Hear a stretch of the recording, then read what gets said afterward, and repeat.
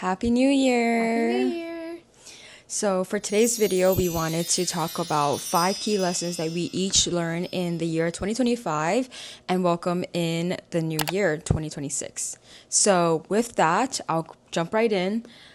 Starting with tip number 1, it is if you don't speak, you don't eat. And I think a lot of this is just what I've learned the hard way in corporate, mainly this year.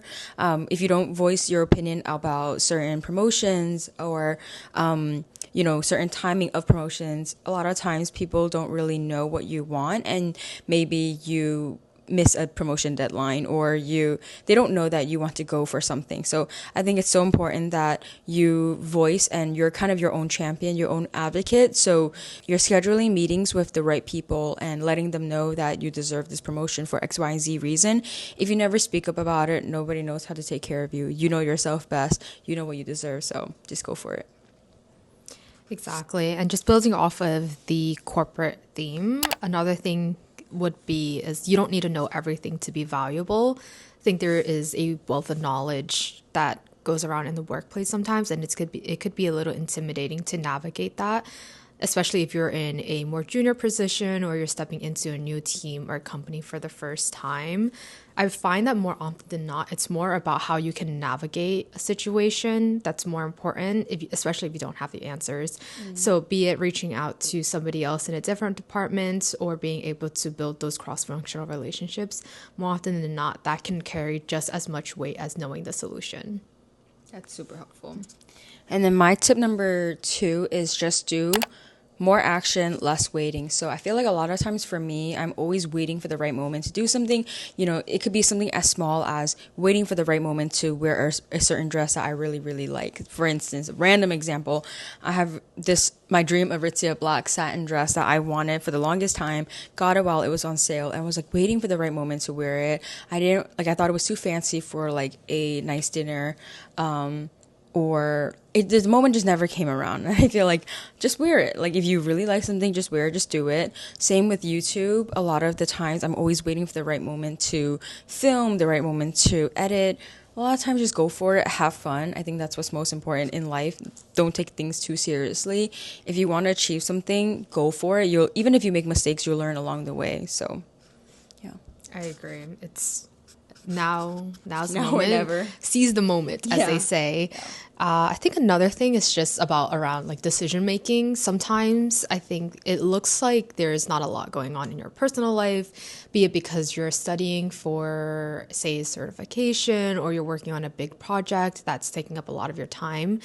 I think just recognizing that sometimes those quote unquote boring decisions are things that are building towards your future can be something that pushes you forward, and just being able to enjoy those moments where you recognize like, hey, this boring decision I'm making now is building towards a future that I like desperately want for myself. So tip number 3 that I've learned in 2025 is rest days are just as important. And I think it goes back to just having that like go-go mentality where you're always on the road, you're always working on something. Or I just feel like we're under so much pressure to achieve so many things that we forget to rest and we forget to just slow down. I think this year really taught me the importance of, yes, it's important to work towards your goals, your dreams, but it's also important to rest, to get enough sleep, and just to take care of your body so that your body can work for you. I think that has really been really important. For instance, like I feel like for me, especially on work weeks, if I'm traveling Monday, coming back Thursday night, a lot of times maybe I'm traveling after work, but I'm still waking up really early to get certain my personal things done. And I feel like if you constantly work like that, the car will run out of fuel and you're just not able to operate in the right capacity. So it's so important to just take the rest days. And I think for me, I like, just either one, rotting in bed, or two, just working out and then literally being horizontal all day watching Netflix, or just being a self-care day where I'm getting my lashes done or getting a facial. Just something small to take care of yourself is so important. Exactly. I think doing things for yourself is super important. That also goes into my third lesson, is finding fulfillment in investing in my own hobbies. I think in my 9 to 5, I use like one side of my brain that I like to say is a lot more analytical. But then with my hobbies, I try to do something that's like the quote unquote other side of my brain. So something a little more creative.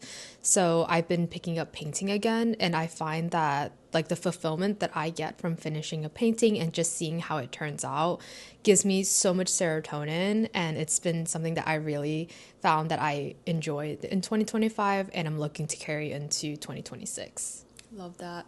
Love that. I'll insert some of Ying's painting if she lets me here. I need to dig them up. I need to dig them up. And then tip number 4 that I learned is your 20s are for building, not proving, not comparing. I think this one is so important, particularly. I learned this mainly towards the end of the year, but I do think that it's important that in your 20s you're picking up skill sets that are transferable in your 30s and 40s. I feel like 30s and 40s, yes, there's never it's never too late to learn something. You can always pick things up in your even in your 90s. My boyfriend's grandma's learning English in her 90s. Like there's no right time to do something, but I do think that for at least for me in my 20s, I really want to be able to build skill sets, learn more about different topics I've always been interested in, and be able to just take my time with it rather than rushing into it and comparing, oh, why don't I know X, Y, and Z?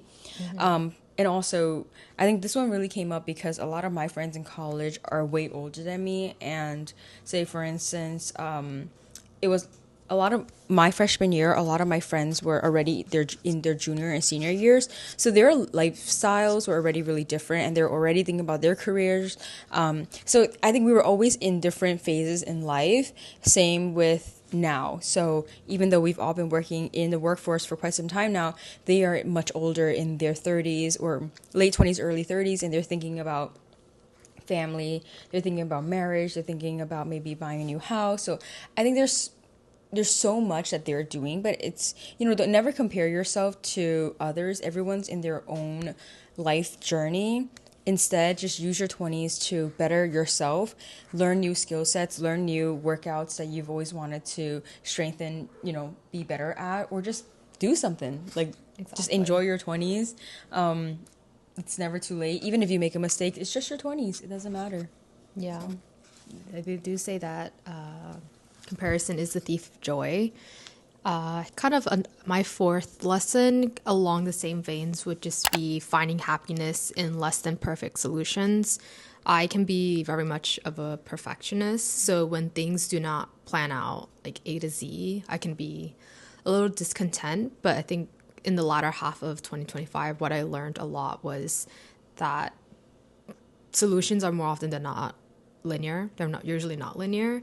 So just because one aspect of the equation hasn't solved itself yet, it doesn't take away from the overall theme that a solution is in the works that it's brewing, and it doesn't have to always resolve perfectly and immediately.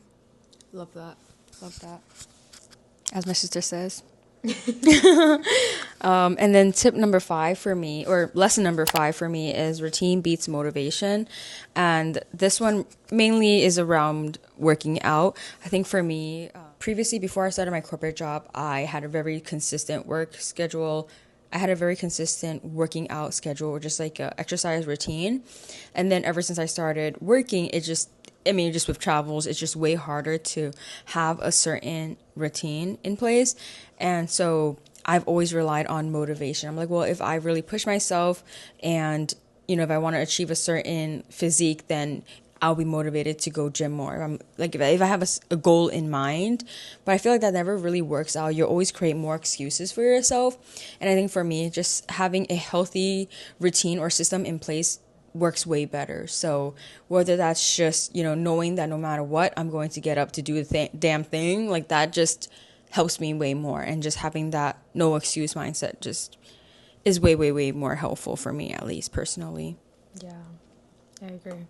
Last one is it's a little personal to myself, just because in the latter half of 2025, I started to have a lot of skin issues where I just broke out really, really badly, and I saw a derm for the first time.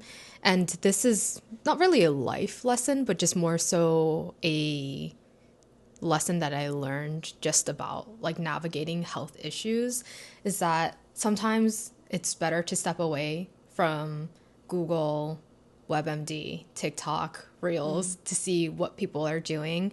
Just because, especially with the skin, there's so many different things that can contribute to acne or any other skin concerns that you have. I think the best thing you can do for yourself, if you're able to, is go to a dermatologist. They studied the skin for so many years to become a dermatologist, so their expertise would be able to help identify some of the skin concerns that you're having and give you a very tailored approach to solving it. And I think having that conversation with my dermatologist has made such a difference to my skin that I wish I went to it sooner rather than just looking on TikTok to see what's the latest and greatest for acne treatment. Just because I remember there was a period of time I was buying so much skincare just to try to fix it.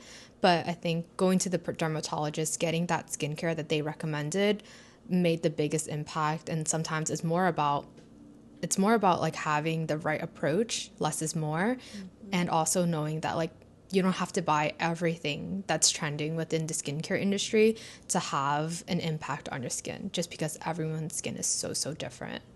Yeah, I love that. And I think you going to the med, not the med spa.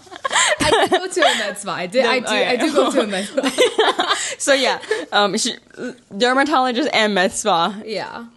Get your nice glowing skin. Yes. It's still in the works, but I think it helps a lot with self-confidence, knowing that you are working towards a solution, just because I think I've tried everything. And I genuinely mean I tried everything in the skincare game until I went to a dermatologist and I started like tretinoin.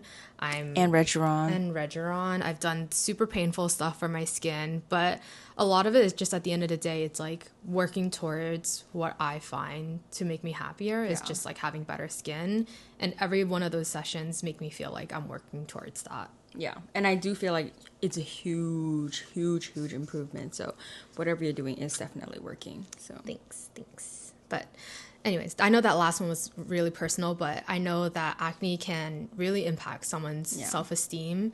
So I hope that brings you a bit of hope in 2026. Know that you're not alone when you're dealing with skin concerns. There's a community of people out there that faces the same issues, that have solved those issues.